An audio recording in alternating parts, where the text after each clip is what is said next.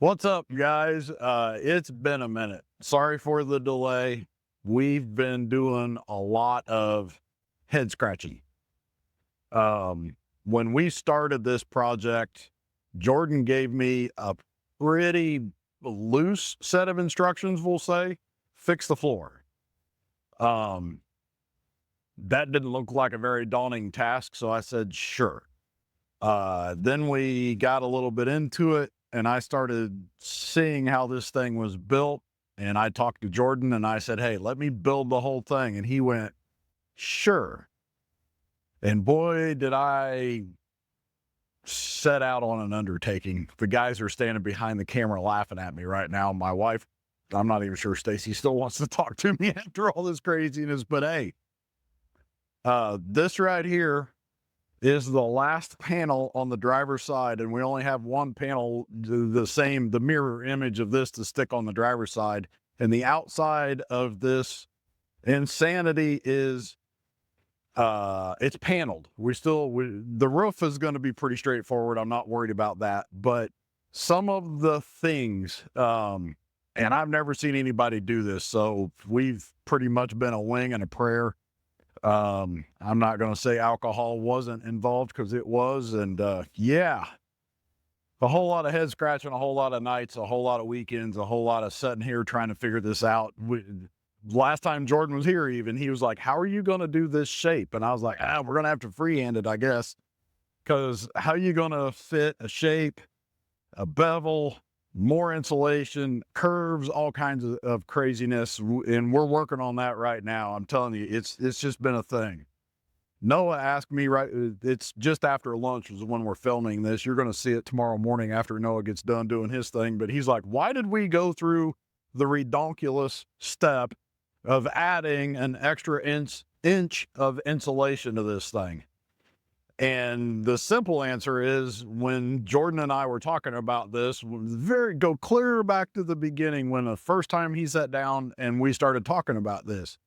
He lives in this thing and he's in Texas heat and good old fashioned Indiana cold. We've got a little bit of ice and snow going on right now. The weather forecast is looking like it's going to be a balmy 2 degrees next Monday. That's a big temperature swing, and it's an impossible temperature to swing to deal with a 1/2 inch of open cell foam, which is what this thing originally had. The R factor on this, when you factor in the aluminum tubes and all the air leaks and gaps and all the insanity that was going on, I wouldn't even call it an R value. He basically had a cardboard shell. Now he's got a 2-inch rigid foam, closed cell foam camper. 2 inches of closed cell foam is the minimum standard, but at least it's the standard for a vapor barrier. So there's a massive difference between 1 inch of open cell and 2 inches of closed cell. And then when you add in the stuff that we're going to do, the polyurea on the outside and all the waterproofing and air seals and stuff like that, the change in the ability to control the inside temperature and humidity on this thing should be massive. And Jordan and I have been talking about it, and he's going to take notes and charts, and we're by no means done. When we're done with this thing and he pulls it out and goes to the job site, we're not done. We're far from done, and Jordan's committed to that. And I love the collaboration that he and I have had back and forth, and the guys. I couldn't have done this by myself. We're actually at the point now where I get to sit back and think, which is always dangerous, but I get to sit back and think and figure this. Stop laughing, Noah. I get to sit back and think and try to figure out how to solve some of the problems. And then the guys are basically taking what I see, we talk through it, and they do it. This whole wall, they've done. I've helped them align a couple of panels, but the skill level that they're getting as they go is it's pretty cool to watch. So Yeah, I'm gonna ramble for a little bit, but sorry, Noah's gonna take some pictures. I'm gonna try to explain what we're doing here, but there's an opening right here that we're gonna cut in here shortly. This used to be a pass through. The problem with pass throughs in these things is it just turns into this big cold sink in the wintertime or a hot sink in the summertime. In the wintertime, people are going through it right now. The pass throughs here, it's not heated. There's no way to get heat to it. The bed sits over the top of it. You climb into bed. The bottom of your bed's cold. You put your blanket on, get your sheets, you get all covered up, you try to warm up, and guess what? Your mattress is sweating and molding from underneath. That sounds happy. There used to be a slide right here. There was a little closet slide, and after a lot of consideration and conversation and back and forth, and the simple fact it was a cable slide that was mounted onto the wall, I couldn't insulate it. There's just no way to get around that ridiculous structure. We ended up taking it out. When we took it out, there's a section probably an inch tall and wide and thick. And I don't know what it is. It's some kind of, I think it's fungus. Some kind of fungus growth, mushroom or so, I don't know. I showed it to Jordan. I was like, wow. And he's like, I was sleeping 3 feet, 4 feet away from that. It's nuts. But that's all gone. Again, there's 2 inches of rigid in here. Noah, I'm going to have you follow me and zoom in a little. I think you can just zoom. We didn't really plan this out a whole lot, but this is the slide. It's not retracted all the way. I can still get my fingers into it, but some of the stuff that we were able to do by just, all we've done is we brought this out 1 inch. There's an inch extra of rigid foam here. There's a little bit of a weight penalty, but it's not very much. There's less than, I think there's 10 sheets of 1 inch foam on here, and I can pick 10 sheets of 1 inch foam up with one hand. And there's a little bit of extra paneling, but I don't think we've added 100 pounds to this whole thing, but we doubled the insulation. Seems like an easy trade-off. But when we added the inch, we're able to recess this slide. So when it's going down the road, this is going to be smooth now. The slide doesn't stick out. Up at the top, it's actually the top along here is now a drip edge. So it goes down to the front of the camper and it actually angles back up. So water doesn't travel uphill. So as it runs down the side, it creates a drip edge. So now when this is extended, the water is another inch away from the camper. And a lot of times what I've seen happen is your seals are working, but at the top, the seals sit like this and they're open. You can easily stick your finger back through the top corner of the seals. And I've seen it way too many times. It was another reason that I wanted to bring this out and get this drip edge in. That seal isn't leaking.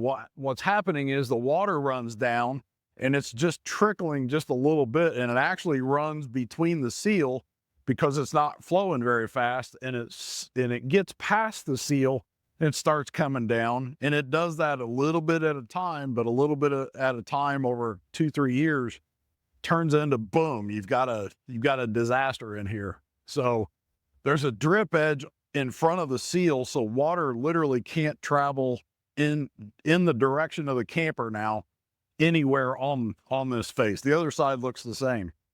This side went pretty smooth. We got to here, we went from the back to the front, what was it, like 2 days?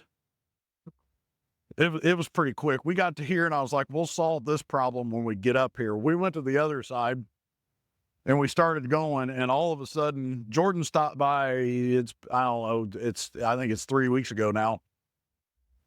And he brought the awning, and we hadn't talked about the awning. I knew it was going to go back, but it was out of sight, out of mind. And there's too many things rattling around up in this bucket that I've got. And I forgot. So he brought it. And that afternoon, everybody left, and I looked and I was like, insert a cuss word. And we got a problem. So I'm going to have Noah take some pictures of the other side, but the details Well, I mean, it froze us in time for a minute. Basically, we had other shop business going on, and I spent plenty of time figuring out how in the heck are we gonna, we got to add insulation to that side. It's got to match. It's got to tie together, but it's gonna look like crap, and that's not gonna happen. So how are we gonna do this? And it took a lot of more head scratching. But anyway, the guys battled through that. I haven't touched, I don't think I've, other than maybe help glue a little bit on the other side, because sometimes it takes 3 guys instead of 2, but the other side, the guys themselves have done it. And again, good job to them. Wow. So, Jordan had a question about how we're going to tie this together. It's actually pretty straightforward. I'm going to leave that to another video. We've got a local metal shop that we're working on with some other projects. We've done quite a few slide rebuilds now, and the outside of this slide isn't sprayed. That's the only thing. The inside of the slide is already sprayed with our aliphatic. You saw that in another video. But this last slide that we did was a dark gray, and we had a white roof. The customer wanted it color matched, and that kind of opened it up. And last Friday, I'd had a couple of beers, and I was texting Jordan. I think maybe he had a couple of beers too, because the conversation got kind of fun. But anyway, I'm like, hey, let's do a dark gray paint scheme with some bright white graphics. Let me do the graphics and I can paint all that in. And what do you think? And I got a 2 thumbs up. So we've got the paint scheme for the outside of this thing now. I think it's going to look pretty sharp. We're going to start with the slide and get it sprayed and make sure that it all ties together. And once that's done, we can match the rest of it super easy to all of that. But anyway, one more panel up front. There's a couple of panels at the back that we just need to put on just to get this paneling to go onto the stiff plywood that we put on the back. The plywood on the back is there. The back of the trailer and the front of the trailer are the 2 most susceptible areas to doing the back and forth kind of thing. The nose cone is actually structure up front. There's a set of cabinets up here that are sort of structural. There's a wall that comes in about right in here somewhere, and that wall is structural. It keeps the trailer from doing this rocking back and forth, and instead of being a box, it turns into a shape that isn't square. At the back of the trailer, all the other camper construction, the back of the trailer is just basically a piece of cardboard that they screw in, and it's redonkulous, and it actually lets the back of the trailer wag the dog. It's nuts. We've got plywood back there that is 1/4 inch riveted into the aluminum structure. You can go back there now and shove on that thing and the whole trailer rocks, but there's no flex at the back. You can still flex over a long trailer like that, and that's fine.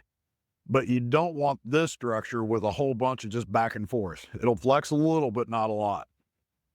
So we've got to put this paneling needs to go on that plywood. This polyurea has to have a smooth surface, because whatever the surface is underneath is what the poly takes on. So that's the reason we're getting all these seams put together. We just want all this stuff to be nice and flat. So that's what we're into. We are really close to being done on that side. Then we're going to start buttoning up stuff. The roof will come in after we got to get the inside paneling in. That'll go pretty quick. We're going to spray the inside with poly. Some of the other things that I've seen about these trailers, because I'm actually working on, at some point down the road, we're going to build one from the frame up. That's a ways away, but this is giving me some of that research to figure out.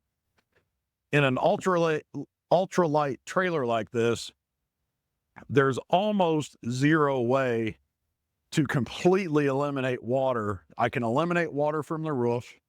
I can eliminate water from the side, from the slides going in and out.